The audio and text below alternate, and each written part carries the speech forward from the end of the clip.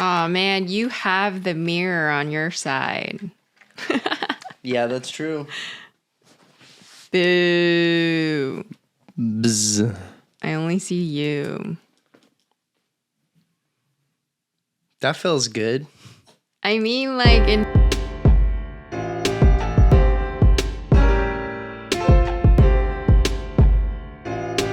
Vibing and thriving, vibing and thriving, vibing and thriving, vibing and thriving. I'm excited now. Fuck that. Suck that. Fuck that. Suck that.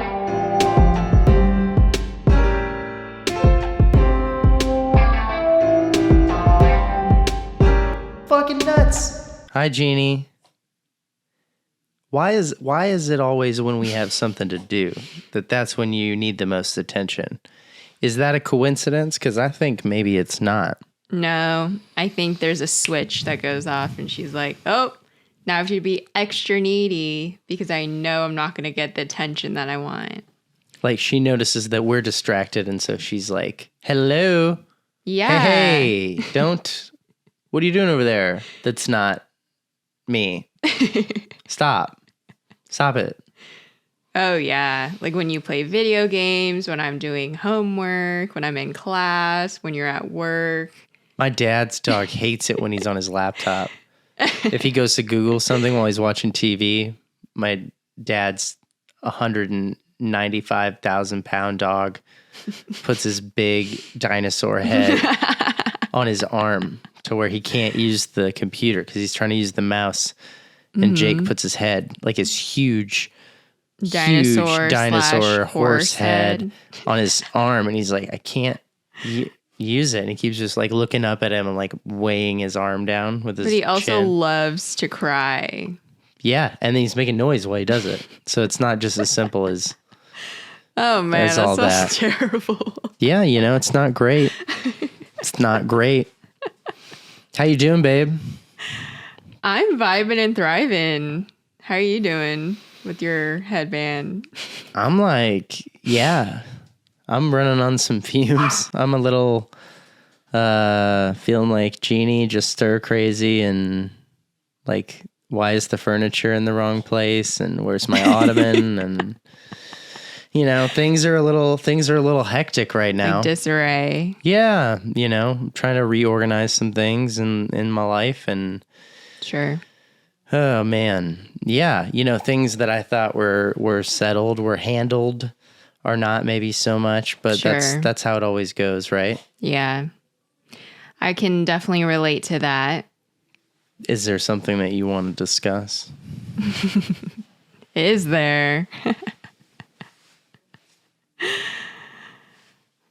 There's been some drama. Okay. And has nothing to do with us and our wedding planning. Right. That's actually been like a really great experience. I was talking to my friend the other night about how wonderful it is to have a partner who is excited about planning the wedding. Everybody assumes I have nothing to do with it. Yeah, which is crazy that's the norm. It shows they don't know me. Yeah, that's true. Why would I not? Yeah. But now we're kind of in like the finalizing stage because we're getting closer and closer. And right. Not going to lie, a little overwhelmed. Just a little. Of the finalizing part? Yeah, because I think we had like maybe 5 months of not really talking to anyone after we like booked the vendors. Right. And so now this is the time when they're coming back and they're like, hey, we can talk about, more details, and I am getting in the rhythm of school again. And so when I'm like in school mode and then I get emails that have to do with the wedding, I'm kind of like, oh my goodness, yeah. It's a little much. Having the two projects at once just going because they're both so big. Yeah. Yeah, exactly. I can relate to that. I can relate to that for sure. Yeah. But the wedding planning thing, I'm not really frustrated by. Like you said, like, I don't know if I feel overwhelmed right now. I do keep, I went to lunch with your dad And I was talking to him. He asked me how it was going. And I was like, it's one of those things where I feel like we're doing a really good job, but I do keep feeling like we're done and then we're definitely not done. Yeah. That's what it is. I think that's what wedding planning is. Yeah. And I accept that as inevitable. Like that's how it's going to be. I mean, we're going to keep all the way up to the day. We're going to be like, oh man, we're good. And then someone's going to be like, real quick, just before we start, red or blue? And you're going to be like, okay, I have to pick another thing. Like, but I really do think we're way ahead of it. I don't worry about anything coming down to the last minute. I feel like we've been really smart about, it's like when we got engaged, my dad was like, why are you guys waiting so long to get married? And we're like, because we want plenty of time. Yeah. We don't want to feel rushed about any of it and want to make sure everything's just done and then we can just do it and it'll be good. Right. And I think we've done that pretty well. I feel pleased with everything we've chosen, all the vendors we booked and I think it's going to be fucking cool, man. I think it's going to be so fun. Yeah. Yeah. I can't wait for it to all come together. Yeah. And if you're invited, we really look forward to sharing this experience with you. We think it's going to be dope. We're trying to throw like the coolest party we've ever been to for everybody. And putting a lot of thought into it. Yeah. It's we're thinking about us, but we're also thinking about the guests and everybody having a good time. And I think it's going to be blessed. If you're watching this and you're not invited, we're going to take a lot of pictures and probably, Candace is going to post them on Instagram for a year, like slowly. For a year. For a whole year to break up the Genie photos. We'll finally have something else. You'll just be Yeah. more from the wedding. Probably. Which, you know what? For the price of the venue, I even made that joke at Lionsgate at our venue when we went because I was like, I feel like that is baked into the price of what you're doing because every like square inch of that place is like Instagram worthy. Yeah. Like you can, for a different reason, like they have all these weird props and then there's like chickens and it's like all this. Oh, and like you just want to wander around and take pictures all day inside and outside. It's so beautiful though. Nothing is boring. Yeah, but it is beautiful, but it's not just beautiful. It's also like interesting. As you go from room to room, each room is styled differently. Right. It's cool. I'm really excited about it. Has a very cool vibe. I love the chickens. Yep, that's cool. So fun. So I think the lesson I learned is, we talked a little bit about this last time, but I planned my bridal party really early on in the process. Right. And I asked my party like very soon after we got engaged. Yeah. And in hindsight, now I'm thinking that wasn't the best idea. You think you should have waited to pick everybody to see closer to like where they were going to be at come wedding time? Definitely. I mean, first of all, a lot can happen in a year, as we all know. A year and 4 months. Yeah. Yeah, let's not, we didn't plan it out a year.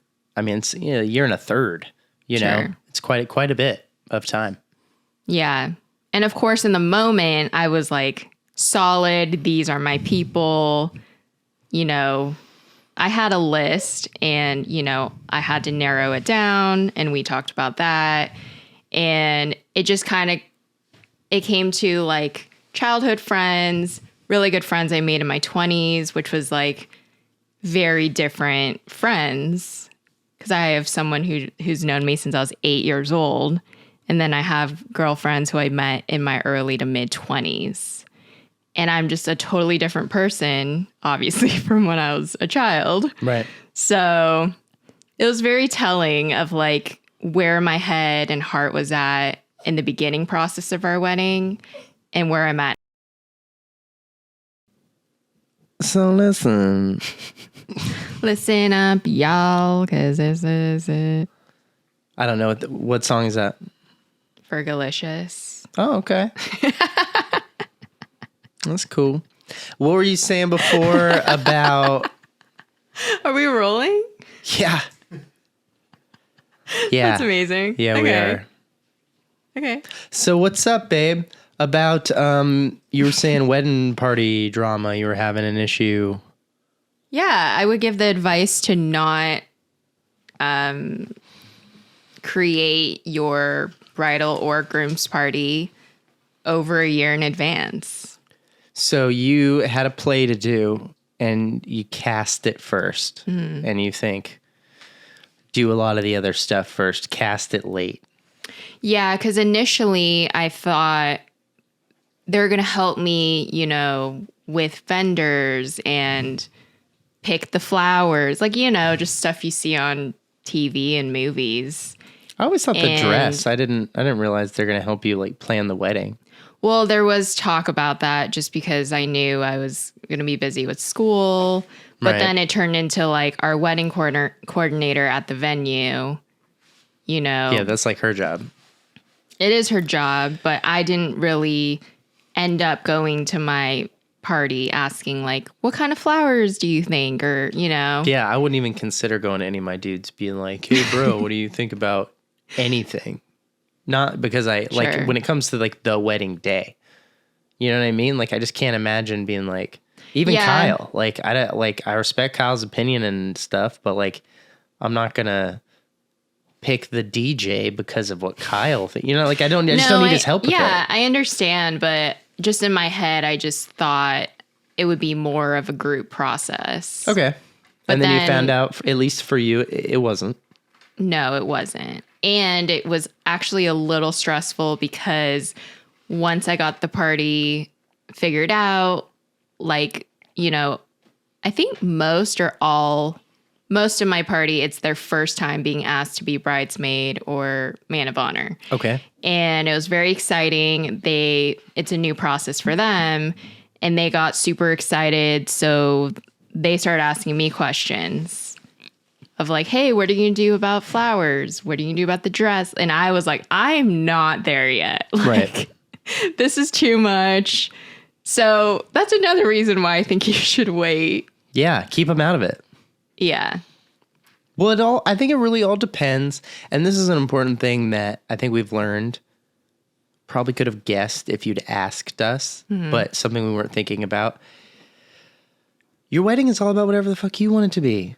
Right. It's not one size fits all. And most of us have been watching TV and reading books and seeing movies and all this stuff over the years. And we have all these ideas of what a wedding and a reception and a dinner and a bachelor party. Oh my God, so embarrassing. I have a great story of a time that I like embarrassed myself a little bit in front of people because I saw something in a movie and I thought it was real. And then I was in a wedding and I was like, do we do this? And they were like, what? Oh no. It wasn't that big of a deal. You've seen the movie recently, so you can appreciate it. Old school, very beginning of the movie, Will Ferrell is getting married. Right. Luke Wilson and Vince Vaughn are in the party. They're standing up there with him. They're kind of talking about how Luke Wilson just left his girlfriend, which is like the plot of the movie. Right. Vince Vaughn is saying that Luke Wilson fucked up because he let this girl go who's like sexually wild. And he was like, you shouldn't have dumped her for cheating on you. You should have embraced it.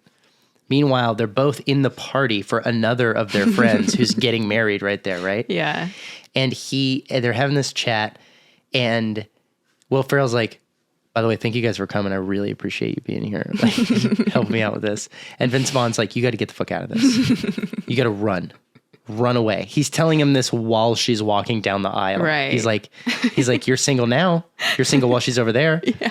It's like all that energy, right? Right. And then she gets up there with her dad, who's walked her down the aisle, and Vince Vaughn, who's I think the best man, he's closest. Yeah. I think they're both best man, but he's closest to him. He goes down and shakes the hand of the father of the bride. And I think he says something like, it takes a real man to give away an angel. Like, so cheesy, like fucking Vince Vaughn, right? Yeah. And I was in my dad's wedding when he got married the second time when I was in high school, and I was the best man. And we're doing the rehearsal, and I'm like, do I say anything to him? And my dad goes, what?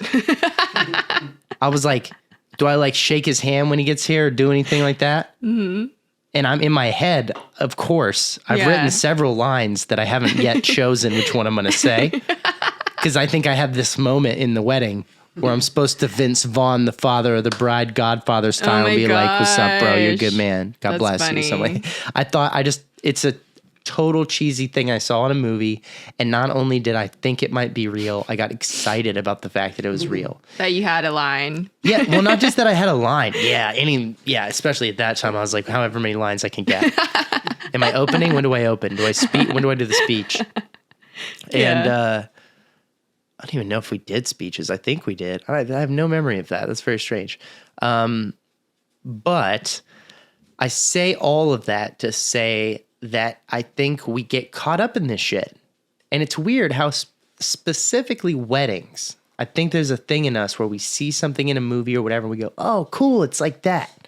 Mm-hmm. And we get all hyped up about that's how it's going to be. Yeah. Bachelor party, whatever. And no one tells you that one movie or another is the right one. Mm-hmm. And you have no reason to think so, but we all just choose our favorite and decide that's how it's going to be. And then when we get there and it's not like that, we're like, well, we're the strippers. I thought that was the whole fucking thing. Mm-hmm. And then, well, that's not right. And then someone's like, hey man, like that's only for people who like strippers. And the groom is like not a stripper guy. So we didn't do that. You're like, Oh, I thought it was whether you like it or not, strippers. I thought that was the rule. Yeah. There are people who think that's how it works. Fucking, what is it? Todd Packer says it in The Office. He's like, if you do not get strippers, your bachelor party is going to suck. It's like, yeah, that's true if you're Todd Packer. Yeah. And you're a stripper guy. And I think that's just true for everything. So I think lessons that we're learning is trust no movies, trust no TV shows. Literally, they're all just made up versions of what they thought would be entertaining. Mm-hmm. Do whatever you want. Mm-hmm. And wait on your wedding party. Yes. Until you cast the whole play. And even if you cast the whole play late, it may not totally go the way you think it's going to go. Right. That's true too. You want to talk about the girl who quit, or you want to talk about the girl you asked to quit? I love how we're using the word quit. She quit. She literally quit. She sent a letter of resignation to both your friendship and the wedding. Right. I don't know if there's a better way to put it.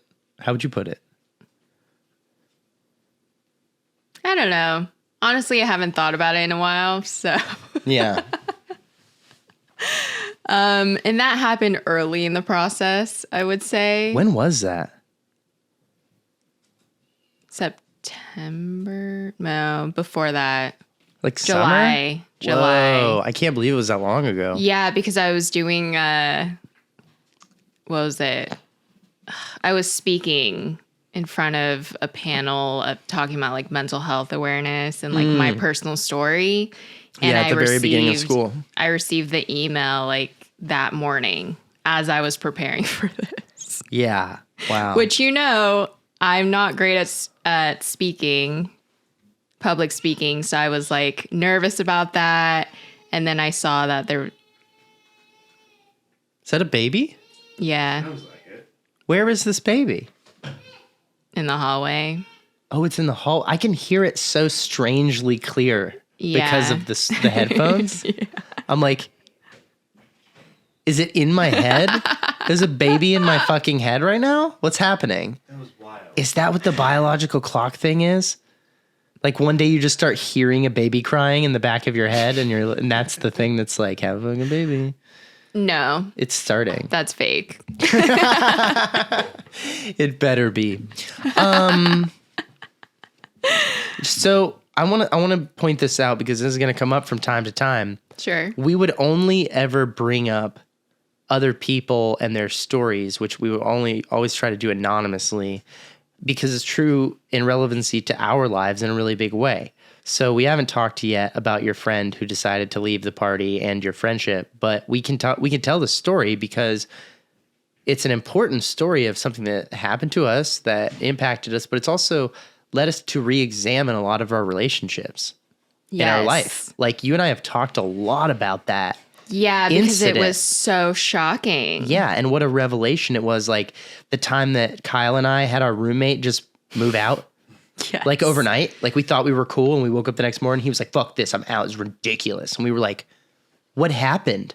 Like shit like that. Yeah. I'm not here to like be like, "Dad, fuck that guy." Like I'm not even. First of all, I'm not like that. Second of all, I don't see the point of that. And third, I'm not gonna make our podcast about like people who fucked us over or something. Spilling Yeah. the tea. Yeah, no, I don't care about that. That's not the point. But what is the point, and the reason I do want to talk about stories like this is because I want to talk about the lessons that we learned from these experiences that we've had in our lives where we were caught off guard and we consider ourselves fairly socially capable people. Yeah, and it impacts us. Yeah, and the way that affects you deal us. with people forever because you're like, Yeah. I want to get bit that way again. When it Right. really gets you and you don't see it coming, you carry that shit Yeah. for years being like, fucking, is my roommate going to fucking leave? You know, like, is that going to happen again? Yeah. When it's really traumatic that way and it catches you off guard and you think you know someone and all of a sudden you don't know them, like that kind of, I can't imagine, you know, that's like when I watch those documentaries about like survivors of like serial killers and stuff, like the ones who get Yeah. away Yeah. and you're like, how do you ever go Wow. anywhere? Yeah. Yeah. Oh my gosh. Like with the people who get like snatched up and shit, that shit's crazy. And we're talking about such small things in comparison, but when they hit you in a really surprising way, when it shocks you, yes. it stays there. And so we've talked about this incident do you want to talk about it? Sure. So Kathy and I were really good friends, Right. obviously, to the point that I asked her to be a bridesmaid. How long ago did you guys meet and how did you guys like become friends? Undergrad. Okay. College friend. Yeah. Got it. And we've like maintained our friendship over the years. Sure. So like definitely someone I was asking. Yeah. And, you know, it was difficult because COVID was a huge, impactful situation with this decision. Yeah. But it wasn't all of it. No. So, Is this a friendship that was tumultuous? no. Did you not guys in ever any way. argue? Did you have disagreements? Was there any like, you know? I mean, there were periods in our lives where we didn't talk for like months and months. Because you're fighting? No, Oh. just because of life. Yeah, just distance? Yeah. Okay. There was nothing there where I was like, I don't like this person. Right. Like, basically ever, you know? And so that's why it was more shocking because you just like wouldn't expect it from this person. Yeah. And ultimately, it came down to we hadn't seen each other in a while and she wanted to go on a walk. And I was like, okay, awesome. I'm fully vaccinated. I feel safe to walk outside with you. But she specifically asked me to wear a mask. Yeah, she said, didn't she say, like, do you want to go on a masked walk? A masked up walk around your neighborhood. Right, around our neighborhood. Yeah, because she was going to come over to our neighborhood. Mm-hmm. And I saw that message and I was kind of like, I would love to see you, but I'm not wearing a mask outside when they're saying if you're fully vaccinated and you're outside, you're okay. The more that I think about it, the more I kind of have take issue with that first text, which I thought to myself, because we'll get to what happened in a minute, it ended up kind of provoking a reaction out of me that she asked you that. Mm-hmm. And I've been kind of dissecting that. So I wanted to take a second to be like, why did that get under my skin that she was like, let's take a masked up walk? Like, so what? You ended up responding saying, tell them what you said before I tell them like why that bothered me.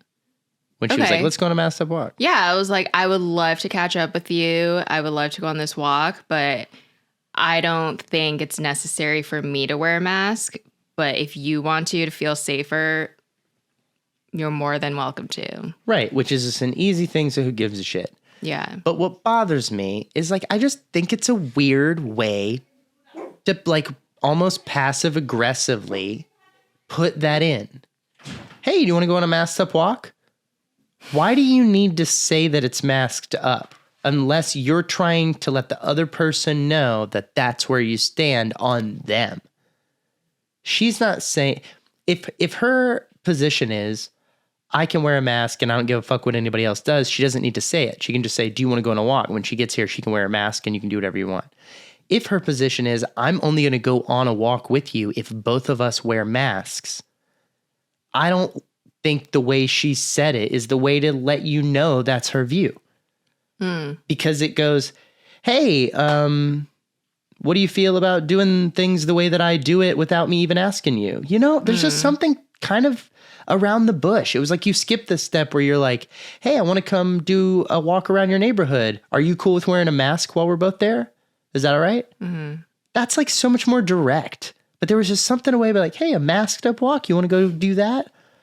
Well, do I want to do that? No one wants to fucking wear a mask ever. I don't think, unless you're trying to hide from people, which I've heard that. And I think maybe I've done that a little bit.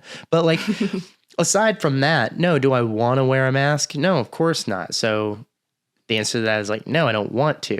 But she also knew that I was fully vaccinated at that point. But that wasn't enough for her. She still wants you to wear a mask outside while you're near her. And no, but that's why I wasn't as like weirded out about the text, you know, as weirded out than you. But I still kind of was like, that's a weird way of putting let's hang out together. So then what happened? So I told Rob about it because I was like, this is kind of weird. And I feel like I responded very politely. Sure did. But told her, like, I'm not going to do that, but you can do that. And it's fine.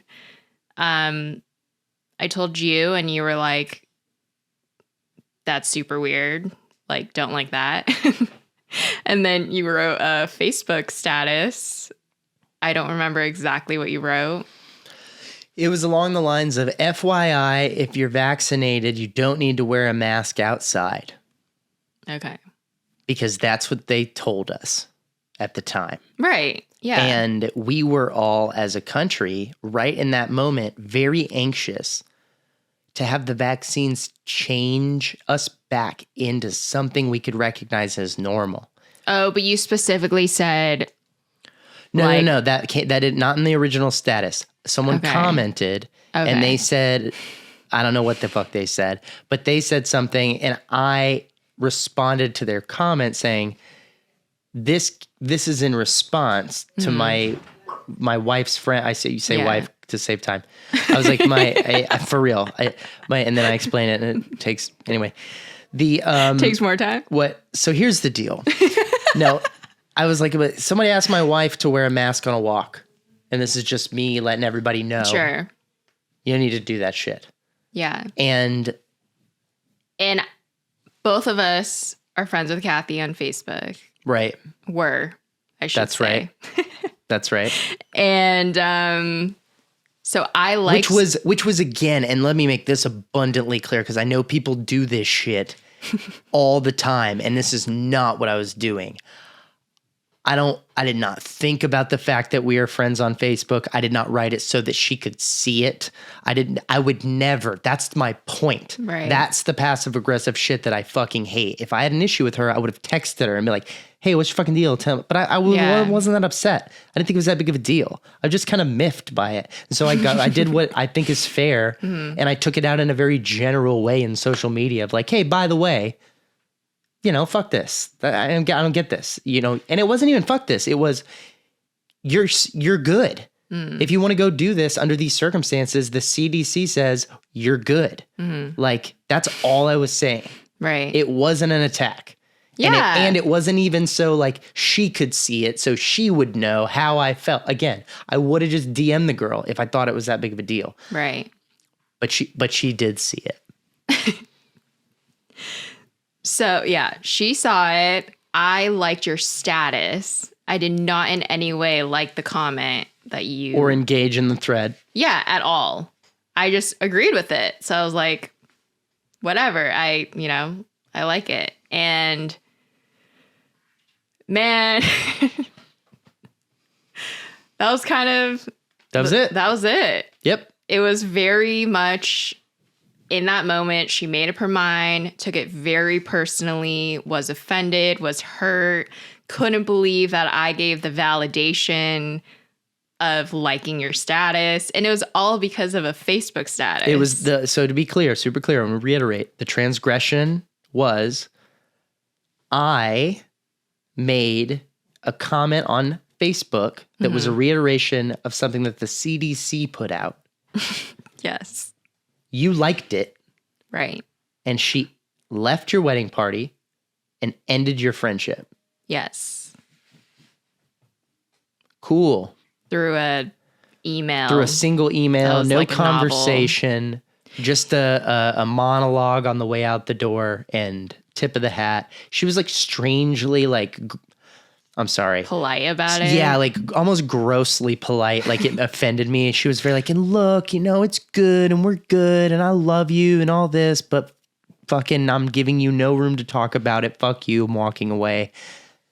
You know, and that's the thing that we decided because we were both kind of like just thrown for a loop in the moment. I remember I was on FaceTime with you and we were both just like, even you would think after everything you've heard, I would go straight to, fuck this girl and this is crazy and I don't hate her, but I didn't. Originally, I didn't read the email until after the event was over that I was speaking in. And we were FaceTiming because you were in Austin. And I was literally just skimming through the email at first because I thought she was sending an email to say, hey, I thought about it. I don't feel safe being part of the party because of the events. Right. So and that's really what I thought it was. In the party and shit. Yeah. And we were thinking that's going to be an issue. Yeah. So in the back of my mind, you know, after we had discussed like events that have to do with the party getting together, I was like, I don't know if she's actually going to be comfortable with that. So I thought the email was going to be that, but the email started with a goodbye, right? You know, type of sentence. We need to talk. One of those, like, not even we need to talk. No, she I know, but just talk. one of the. I know, right? Yeah. She didn't want to talk. But I mean, like one of those like phrases where it's like, ever since I saw you across the hall. Yeah, exactly. Yeah. Very, very narrative. Now I can laugh about it because it's been some time, but it really affected me. I was in tears. You were super upset. I couldn't believe it. I wasn't. I was immediately like, in my head, I'm like, find a solution where she doesn't suck, like where you don't hate her. Like I was in that moment being like, let's think it through. Let's give benefit of the doubt. Let's talk about this. And what we really ended up landing on was we were really upset in her direction because she made such a strong choice about our relationship. And I say our because she was going to be in our wedding. Yeah. But to your life, she made such a strong choice with no discussion. And that came from literally something that you didn't even say. It was something I said. And what I said was a fact. But it was at the time, which is how we work with this fucking COVID shit, is we listen as best we can to the facts that we know at the time, which if you're not paying attention, change every fucking 90 days when we get a new variant and then we get a new vaccine and we get a new booster and now there's a thing and the masks don't work, but then they do. And my deciding factor of not responding was the email was a goodbye letter. It left you no room to respond. It did not welcome you to respond. I mean, I could have responded. Anyone could have responded. You could to have, that, but I said did not welcome you to. Yeah. Like it wasn't like, and if you have anything you'd like to say, feel free to send me. But there was nothing like that. It wasn't like, We even we discussed about like, should we have like, a call, the three of us, and talk about how like ridiculous this is. And like, you would even maybe apologize for like, I don't think it's necessary, but if that's what you had to do, like we talked about all these different scenarios. And in the end, I was like, no, she made her point very clear and I'm not going to fight her on it. And that's where I'm at in life. Well, and that's, I think we probably need to wrap up this little segment, but I want to say, I feel like, You know, it does seem to line up with like your 30s, but you switch over from being a young adult to being an adult. And when that moment happens, you go to that place where you're like, oh, I'm done begging people to stay in my life. If someone is trying to leave, bye. Do it. Like, first of all, even if it's a blind side, you're like, what? But then you think about it for 20 seconds and you're like, yo, if you're trying to make me work for you like that, some Kelly Kapoor ultimatum shit, me or your daughter, my daughter. Like, what are you talking about? Yeah. Like, what? And like, like I'm not the going two to fight of you. us, If you got to go. And especially if you don't even want to talk about it, you don't even give me a Right. chance to fucking hear it out. I'm dealing with some of that shit on my own. I'm not quite ready to go into that. Yeah. But I'm dealing with some of that shit on my own, and I will hear out fucking anything. Yeah. Talk to me. Me too. I know. I'm so understanding. Have you seen this show? We're pretty chill. I got some energy, but it's pointed at positivity and hearing you out, compassion. I understand it. Even mine might be intimidating. You should not be an intimidating person. You're like the most warm, welcoming person I've ever met in my life. Why someone wouldn't give you a chance to explain yourself, that gets me upset, because I'm like, that's unfair. With me, I understand a little bit more because I know I have a lot of energy. Mm-hmm. I know I bring a little, like, maybe too much fucking bravado for the moment, but it's because I'm passionate and I give a fuck, and I will hear you out and I will listen. And I'm such a listener. And so when there's nothing to listen to, it's just like a one-sided, well, I think that our time has come to end this friendship. I'm not going to fight you on it. Yeah, and you shouldn't. Yeah, like, why would I want that person in my life at that point? Yeah. When they didn't even have an open discussion of, like, talking things out. It's not that difficult, but I think it is really difficult for a lot of people. Oh, it truly is. Yeah. We're vibing and thriving over here, babe. Thriving. So that's what happened with your first bridesmaid. So that's what happened with your first bridesmaid. Right. And that was last summer. Right. Now you've had another bridesmaid issue. Right. With Ruthie. Okay. Yeah. Which is what we're going to call this person.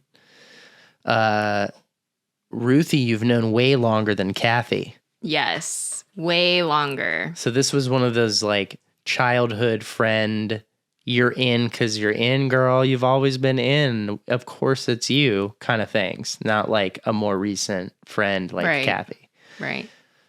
So I don't know where you want to start. I mean, I think it's important to point out too that you've kind of been on, this is not like Kathy. This has been kind of tumultuous. You have been on and off with this friend over the years. Right. But you've been on for a while. Yeah. Pretty good. Yeah. So when the wedding thing came around, it was like, fuck yeah. Convenient that it's in one of the periods where you're good. Right? Right. That's important to say. It overlapped. Right. Almost perfectly. And then what happened, my love? And then what happened? It's pretty sad how, like, multiple people could have expected this. I think that's really sad. It is sad, but it's also makes sense. Yeah, but it's also a testament to the fact that you are a compassionate person, and if anything, you give people too many chances as opposed to not enough. Yeah. And I love that about you, honestly. It's one of my favorite things about you. I would never trade it for the other one.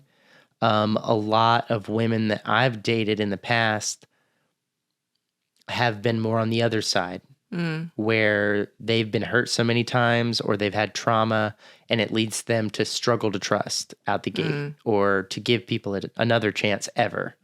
I maybe didn't help that all the time, but that you know, if you're going to pick somebody's flaw being on that spectrum, either you're too giving to people and you give them too many chances, or the other way around. Yeah. I'll take somebody who gives people a fucking chance, man, because people deserve a chance. And I'm kind of the same way. We got to be careful about that because we get fucking walked on. Yeah, that's the part I struggle with. Like, how many chances do you give someone? How do you know? Oh, wait. You know what? Hold on. Kyle, can you Google how many chances do you give someone? I've never looked it up. Maybe that's on Wikipedia. That's an interesting Google search. Do we really want to find out what the internet has to say about that? Yeah, let's do it. Yeah, there might be something helpful. I'll look. How many chances do you give a motherfucker? Let's look that up, shall we? Type your thoughts in the comments down below. How many Yes. chances does one give a motherfucker? What, say you got a motherfucker. And you're trying to figure out how many chances you should give them. You've given them one, maybe two. Well, here's a good indicator already of where we are at as a society. When I type in how many choices, the first thing is how many chances is too many. How many chances is too many? I mean, that's kind of the same question. The That's a bit first more assumption. eloquent way than how many chances you give a motherfucker. Yeah, and I think it's just any relationship. How many chances is too many? Friendship, Man, you put it like I was having relationship. fun and you made it real. That's a great version. The internet made it real. internet You wanted did to it, know babe. what they. The internet made it real is like a fucking trippy ass sentence. Yeah, it's like, is the let's internet not real? talk about Yeah. So anyway, man, let's get is it what's real, No, I don't want to play that game either. Not right now. But yeah, to that point, I think it's really tough. I think you and I have both dealt with this. This is an issue that has come up in my family a bunch of times because I got a bunch of family members who are a bunch of fucking can't get their shit together ass motherfuckers. And I got a bunch of other family members who are strong, capable, talented, loving, compassionate, ass-kicking motherfuckers who take care of all those can't get their shit together motherfuckers. Right. And I watch the dynamic of both, and I watch the winners give the losers chance after chance after chance after chance to get their shit together and join the winners. Yeah. And I hate those terms. That sound like Trump, Get your shit together and join the winners because you're a loser. You're a fucking loser. And if you would just stop losing. Yeah, but there's a term for that. It's called enabling. Yeah, it is. It's And enabling. I think a lesson I learned in my 20s especially is you need to have people in your life that want you to win, that want success, happiness, love, all the good stuff in life. And as soon as you start seeing a relationship that becomes competitive or they don't want you to win for whatever reason, that's not a true friend or someone that should be in your life. Do you know about the bucket of crabs thing? No. I haven't told you about that? No. I'm almost like, are you humoring me for the podcast? I've never told you about that? I've never. So and Kyle can check and make sure I'm not totally full of shit, but I'm going to Steve Irwin it for a minute. There's this thing with buckets of with crabs where you have, so when you fish for crabs, you end up putting them in a big ass bucket, right? And you put a bunch of them in there. And if they have a bunch of them in let's say a bucket is 3 feet tall and you got 2 feet worth of crabs in it and they're all kind of clawing on each other and climbing around like a big orgy, right? And then they're asshole to elbow in there. Oh and my God. And then what'll happen is if one of the crabs kind of figures out how to get his ass up on the side and almost crawl out, the other crabs will grab his fucking legs and drag his ass back down into the bucket. You're not getting out of here, yo. Oh my gosh. If we ain't getting out, you're not getting out, yo. Wow. Yeah, what the fuck? With crabs? Yeah, fucking crabs do that. That's crazy. Kyle, am I lying? Can't really find anything on it, but you told it so compelling. I want to believe you. Well, that's generally true. That's crazy. No, look up the bucket of crabs effect. I mean, effect. Okay. Well, yeah, or whatever. Well, I think trying that's what to it's find called. something. I didn't just make it up. Oh no, it does. It says crab mentality, also known as crab theory, crabs in a bucket mentality, or the crab bucket effect, is a way of thinking best described by the phrase, if I can't have it, neither can you. Wow. The metaphor is Fucking derived from a pattern of crabs, behavior done yo. in crabs when they're trapped in a bucket. And the rest of the article basically just goes into what you were kind of talking about. Exactly, dude. Yeah. They're like, Wow. fuck you. You're not getting out of this town if I can't get out of this town. That's crazy. It's literally With the people. crab? Think about the fucking people from your hometown that literally keep each other down and none of them leave. Yeah. And one of them starts to like maybe get a job or a career or an opportunity, or they fucking decide not to go get fucking drunk at that same bar this weekend and go do something different. They will be like, he's a traitor. You've changed, man. Yeah, I've been there. Yeah, all that shit. Because you're a piece of shit who abandoned everybody. You've changed. It's You've like, changed, man. I left. Yeah, I changed. I'm a person. It would be crazy if I didn't change. We should normalize being like, you stayed the same, man. You're fucking same fucking guy, man. Yo, since I was a kid, you're the same fucking guy. You have not grown up Man, at all. that is an insult. It is. If I got that comment, I would be like, Yeah, you're the same. Gross. Grow the fuck up. yes. Which brings us to grow up, please. So what happened with this bridesmaid Sure. that is relevant to this fire that you can tell is in both of us? We're frustrated with a particular series of behaviors that we see in our friends that we love very much. And we don't want to have these issues, but they cause friction and tension in our relationship. So what happened? Tell me what happened. Yeah. So Ruthie, during the process, it's kind of been a back and forth of like not getting responses very much. She's And really far out of the country. She's really far. And I've been super Overseas. understanding about it because I'm not an asshole.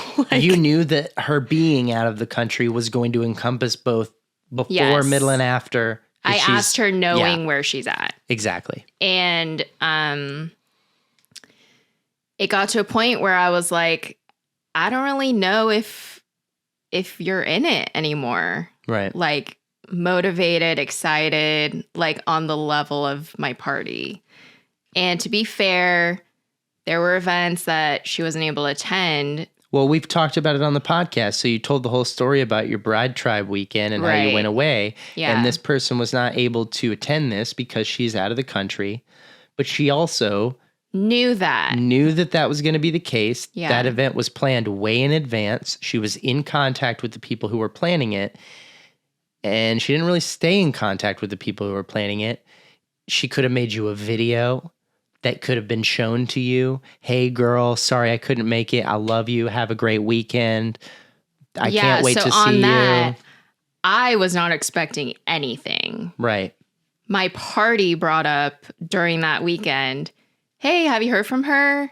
Have you anything related to her? And I was like, no. And they were kind of like, seriously? Like they were shocked. Right.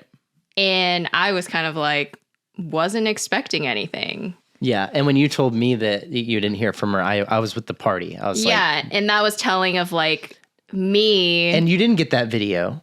No. You didn't get a FaceTime. You didn't I get didn't a, get you didn't get a anything. phone call. You didn't get a text. She ghosted the whole bachelorette weekend as if like I can't be there, so I'm just gonna pretend it doesn't exist. She did watch our Insta stories. So Like, like I said, she did nothing. Sure. That's what I just said. She did nothing and participated in no way, and then later actually guilted you about how it was hard for her to watch the event on social media given that she couldn't be there. Right. Continue. But this was after I reached out to her. Sure. Because I was honest with her. I'm at a place where I'm like, I'm not 100% confident that you can play the role as bridesmaid, but even more worrisome that you're not going to be there. Right. And that's a really scary thought to have when this person is involved in our wedding. Yeah. You know, like it's one thing if she's just a wedding guest. And so I just want to clarify, a wedding guest is not the same thing as being involved in the wedding. Yeah, being There in are the a wedding. lot of things that you need to, Right. that you're signing up for initially. Yeah. And that's why there is the tradition of asking people will you be my bridesmaid? Will you be my groomsman? Because they're taking on a role. Yeah, it's a responsibility. Yeah. And that can range, you know? Like, it really depends. Again, like we said earlier, it depends on your wedding. If you're Right. having a fucking wedding where they're not doing anything, that exists. But people should understand definitely that there may be a bare minimum of shit asked of me. And let's be abundantly clear. Very little has been asked of these people. As we say, like, it's a responsibility. It's a commitment. Yeah, but fucking not much of one, honestly. Kyle, you are in my wedding party. You live in my home. How much have you been asked to do for this wedding? I've actually been wanting to ask you if there's anything I can do. Exactly. Like, You went to one we had meeting. a Zoom meeting, I think, was like the extent of it. Yeah, we had one Zoom meeting, and he's on a group text about a bachelor party that hasn't even started rolling planning-wise and to yet. be fair, like I have a group chat as well. Had it way earlier than you guys, and only time I reach out is if I'm like, "Hey, did you guys start looking at dresses?" Because I'm letting my party wear the clothes they want to wear. Right. Like, I'm not picky with that. Yeah, I you're want not- them yeah. to wear what they want to wear. And so when you're not responding month after month and it's getting closer and closer, like, it's pretty worrisome when Yeah. you're like, are you going to buy a dress? Like, Which I have to jump in here just for 1 second, because this is the same issue that I'm having across the board in my life. And I have to say, I know that there have been times, and if anybody's watching this who knows that this is true, this is why I'm saying it. I know it's true too. I have fucked this up. The thing I'm about to rage about for a minute, I have fucked up in my life. So I am patient with it to a degree because I have had this problem. However, when I fucked up, it wasn't okay. When they fucked up, it wasn't okay. We all should be trying to get better. I've gotten a lot fucking better about it. And when it happens, I will admit that it happens.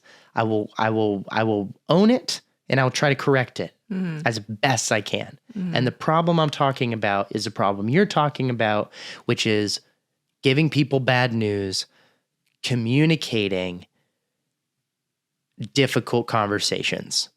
You fucking have to talk. It is getting to the point in my life where I'm no longer frustrated. I'm trying and I'm working on this, and I want to woosah through this shit. I don't want this to age me quicker. I don't want to have anger in my life. But I'm angry that I go out of my way to be approachable, to let people know I'm reasonable, to make it clear that there's no fair excuse or reason they can't give me, that I will not hear out and give them a benefit of the doubt. Everybody gets like 2, maybe 3 mulligans with me. yeah. You can just keep fucking up if you tell me what's going on and you don't repeat the exact same mistakes. If you fuck up different every time, you can fuck up like 30 times with me. Just don't do the same thing fucking 3 times. Yeah. The biggest thing that with me though is just tell me. Yeah. Do I care if someone's late? A little, but not really, especially if, I'm late. Just fucking say something. Yeah. And it used to be the kind of thing where my level of frustration was like, come on, man, it's all good, just like say something next time. Yeah. That's where I lived. Now I'm at fucking say something. I'm like actually an angry person about it because I've had so many situations in my life where it didn't work out. Yeah. It didn't go the way it was supposed to go. It got fucked up. And all it was is because no one said anything. Yeah. They just and I think that they let it wither on the vine because no one said water the plant out loud. And I think that's what we meant earlier when it's be a grown up. Yeah. That's what grown ups do. Right. I'm sorry it's hard for you to tell people bad news. But at a certain age, I'm impatient because I know how much literal time you've had. Yeah. Regardless of the trauma you might have experienced or who set a bad example for you in the past, at some point, it's on you to figure it out Yeah. and try to be better about some of this shit. I agree. Again, I'm not perfect. I have had serious, painful drama in my life because I had bad news to give people and I didn't know how, and so I waited. Yeah. And I fucked that up. But I fucked it up, and I'm trying to learn from it. And I see other people doing it at such a serious level. And then, frankly, we have people like Ruthie, who I do like as a person. Yeah. But I see them with this behavior where when they're called on, I don't really feel like you're pulling your weight, or I don't feel like you're communicating enough, or I just don't feel like it's there. Yeah. There's no pause. Okay, here, let me hear you out. Yeah. You know? Okay, what you got? Oh, wow, I didn't realize.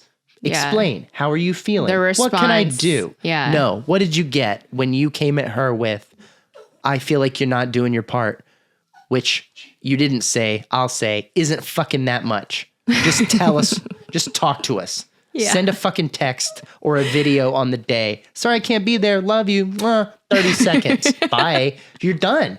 I will say Rob has like reenacted, different versions of a video. That video. Which made me laugh really hard. I've done it. I had. That's probably like the 6th act out of that video moment I've done. I can't tell you the video could have been taken without putting myself in the video.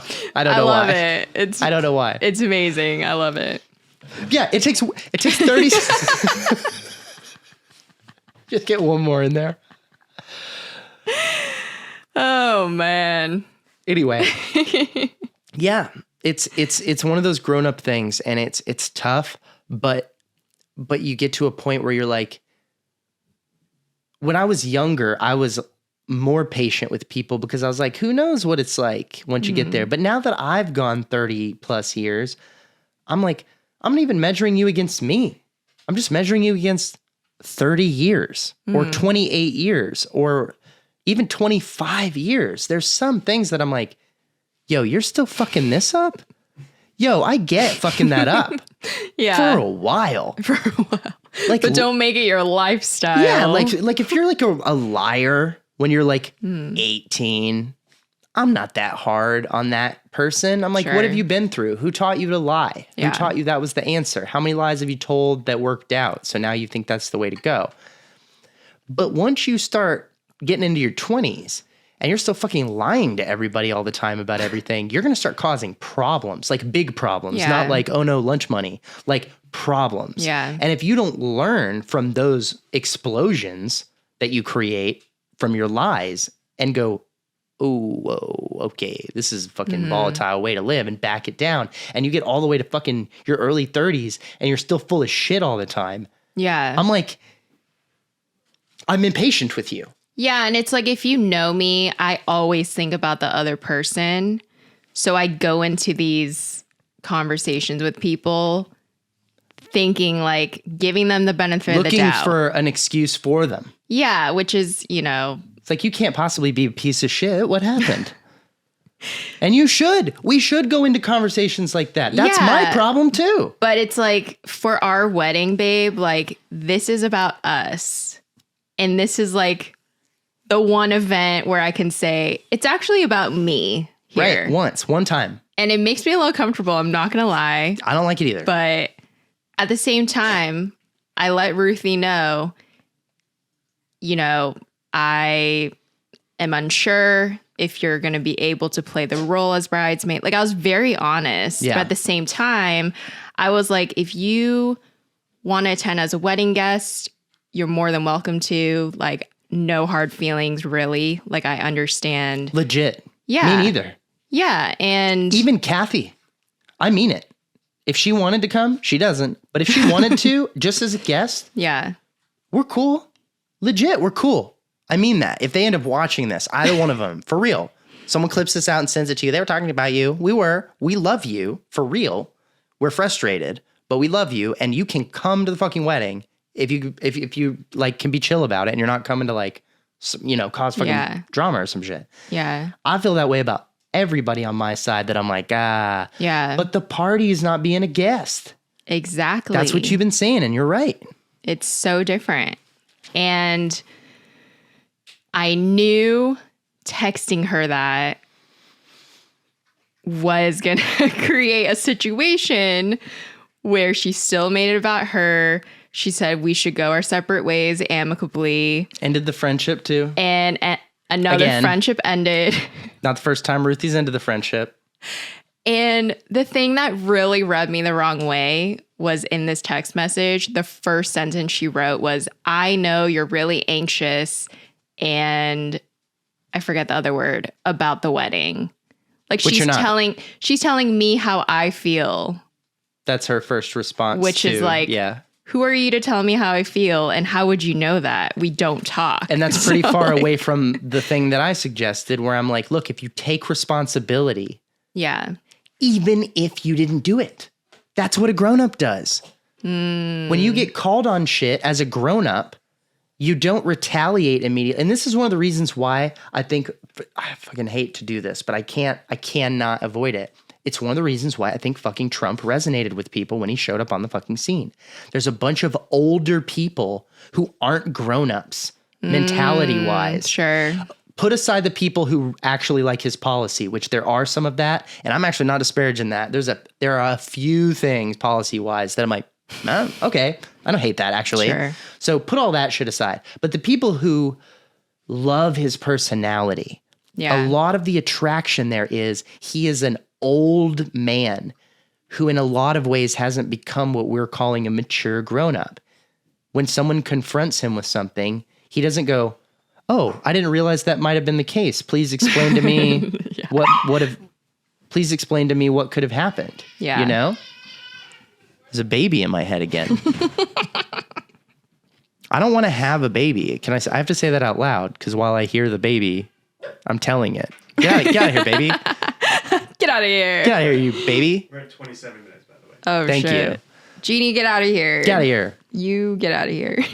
But I think that there's a resonance right now. There's a lot of people who are grown up, but they're not grown up. And I don't mean to be preachy, and I'm not trying to say I'm a high and mighty, not at all. But there is a certain maturity that comes with taking responsibility and looking in the moment of being called out. Am I wrong? Is there a chance? Let me examine it. Yeah. And if you come away and go, you know what, I went back and looked over it and you're wrong. Fuck you. I think that I respect that. Yeah. Legit. I mean, I would respect anything that's a two-way street. Right. I don't know why I attract people who can't have an open conversation. It's literally like you don't see it my way, we're done. Yeah. I've had that happen. Yeah, you got a lot of friends like that. One too many times. You had a lot of friends like that. You got a lot less now. Because now you're like, good. Yeah, and it's better that way, honestly. Yeah. I'm really happy with my party now. I'm super excited for our wedding. It's going to be a blast. It's going to be awesome. I think that's probably enough for this week. Wow. Yeah, I think we talked about like basically the same thing, but at the same time, we made a lot of passionate points that I think are important. I want to talk more about stuff like this.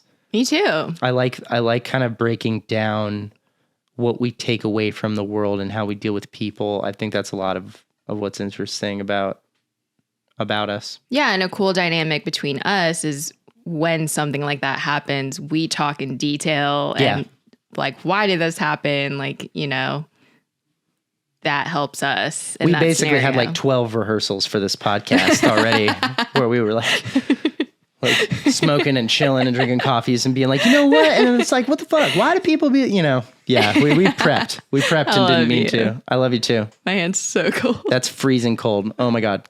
Please let go. Can you let go of me? No. Oh my God. You can never let go. Oh my God. I love you.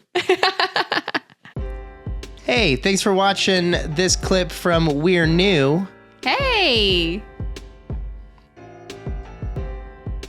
Okay. No, you're supposed to tell him. You're supposed to tell him they can watch other clips right here. Oh my goodness. Yes, what he said. If you are, you want to.